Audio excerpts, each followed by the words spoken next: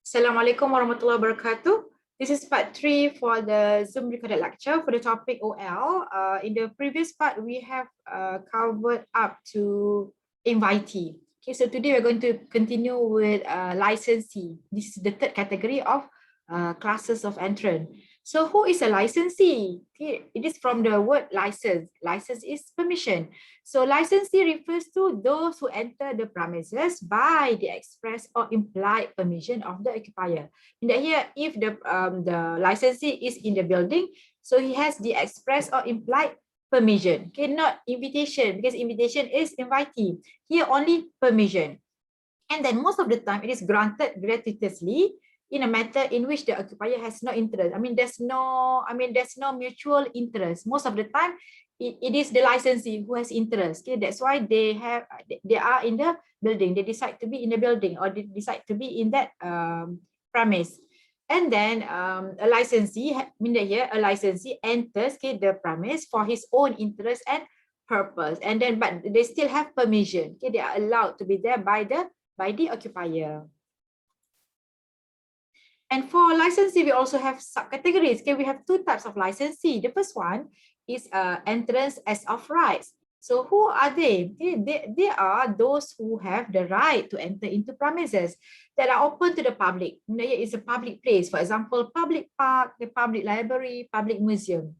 Because usually it is everybody can be there. Okay, there's no restriction whatsoever, and sometimes it's just free, gratuitously, no need to pay for anything, or even if you pay just a small nominal fee. Okay, and for another category is social visitors. Who are social visitors? They are the one whose purpose for entering the premises is merely social in nature, and as opposed to invitee, the social visitor here, licensee, it's not, the purpose is not meant for any business purpose. There's no business element whatsoever. For example, a dinner guest. This person goes, okay, to attend to have a dinner. Okay, he is a guest to attend a dinner, to have a dinner together, or even a visitor to a tenant, not the tenant, but visitor to the tenant. Okay, let's have a look at the case here, local case.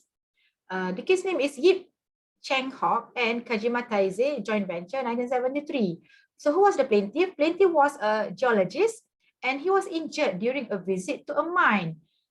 Geologists usually work in a mine, right? But as far as the case was concerned, when he did the visit, his visit was merely a social one. It's not meant to bring any benefit to the occupiers. It's not related to the work. It's not on official work duty whatsoever. It's just a social one. So the court held that the plaintiff in this case was a licensee, and he's not invitee because he's not doing the work on an official basis. So occupier was liable to him as licensee, not invitee. And then it must be proved that the cause of injury was concealed danger. And yes, it was proved actually. Yeah, for licensee, element to be proved is concealed danger. As compared to invitee, it has to be unusual danger.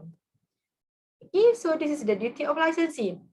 So duty of licensee, occupier's duty towards licensee is to give proper warning, okay, to warn him of any concealed danger or any threat, which occupier knows or is supposed to know, ought to know.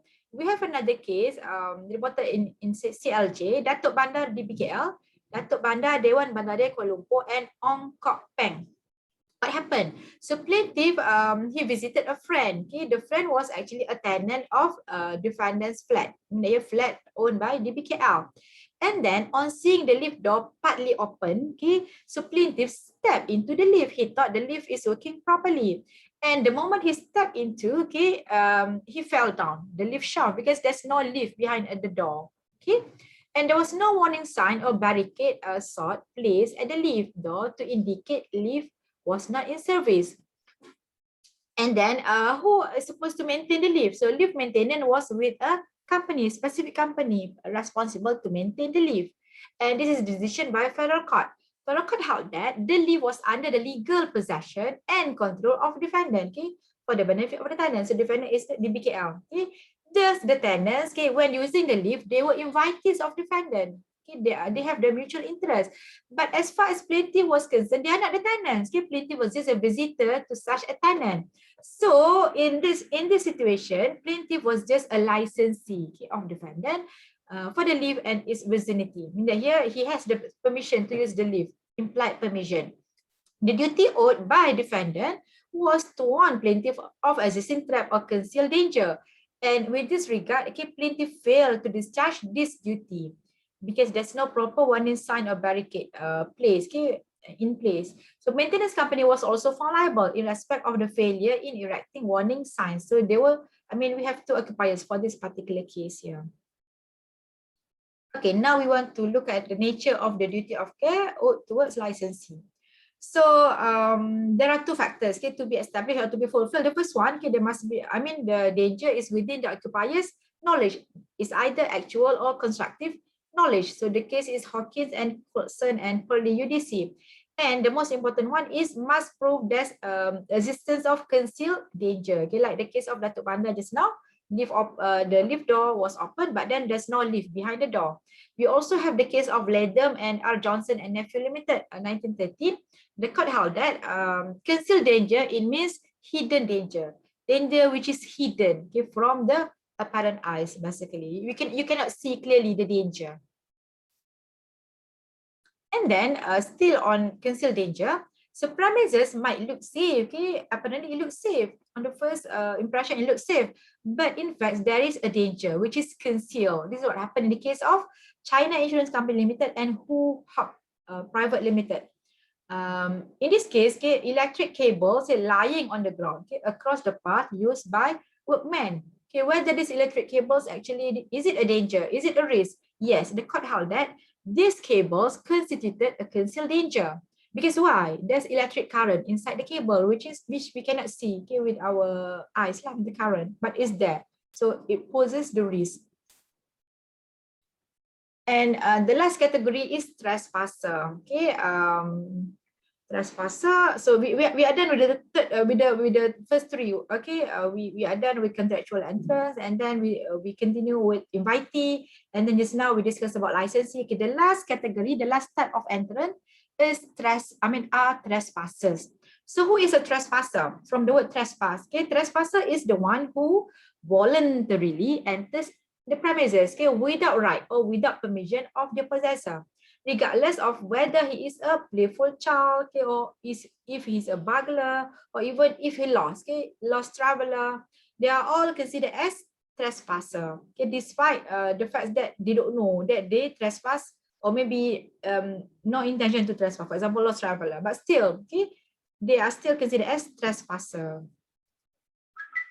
Okay, we want to know what's the duty. Okay, is there any duty owed to trespasser because they are not really welcome to be in the premise? Okay, so under previous law, occupier owed no duty of care to a trespasser, no duty at all. Okay, in the case of Robert A.D. and Sons, Collieries Limited and Dumbrad, the court held that, sorry about the typo there, trespasser comes to the premises at his own risk. Okay? And then an occupier in such a case would be liable only where the injury is due to some willful act or an act done with reckless disregard of the presence of the trespasser. So that's basically the rule with regards to trespasser.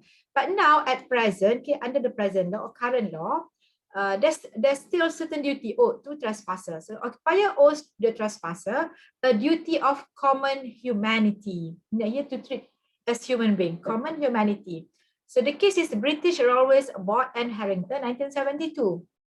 The rule that we learn from this case is that if the presence of the trespasser is known to or reasonably to be anticipated by the occupier, then the occupier has a duty to the trespasser. They know about there might be trespasser, okay, within the area or in the premise. But again, it is actually a less onerous duty, not really burdensome, okay, not really high degree of duty. Okay, if we compare with the lawful visitor like invitee or licensee, okay, that one lawful, or they are all lawful visitors. Again, the duty to treat the trespasser with ordinary humanity. So that's the rule that we extract from the case of British Railway Board and Harrington. So for Malaysian case, we have this case of LLN, Lembaga Elektrik Negara Malaysia, and Ramakrishnan reported in year 1982 judgment by federal court. So the court held that the occupier's duty to a trespasser, okay, was an issue. This is one of the issues, okay, in the above case. And the court held that occupier owes a duty to trespasser for the danger which he has created or known about in accordance with the dictates of common humanity. So the court applied the common law rule, okay, to this case. And the court held that defendants, KLLN, they were liable because they had erected a highly dangerous electric pole, like in the picture, okay, which was within reach of children. And they failed to put up a warning sign. There's no warning sign whatsoever, and there's no adequate anti-climbing devices. So it's very easy, okay, for the child to climb up the pole and, I mean, suffered injury because of that. Okay, we stop here.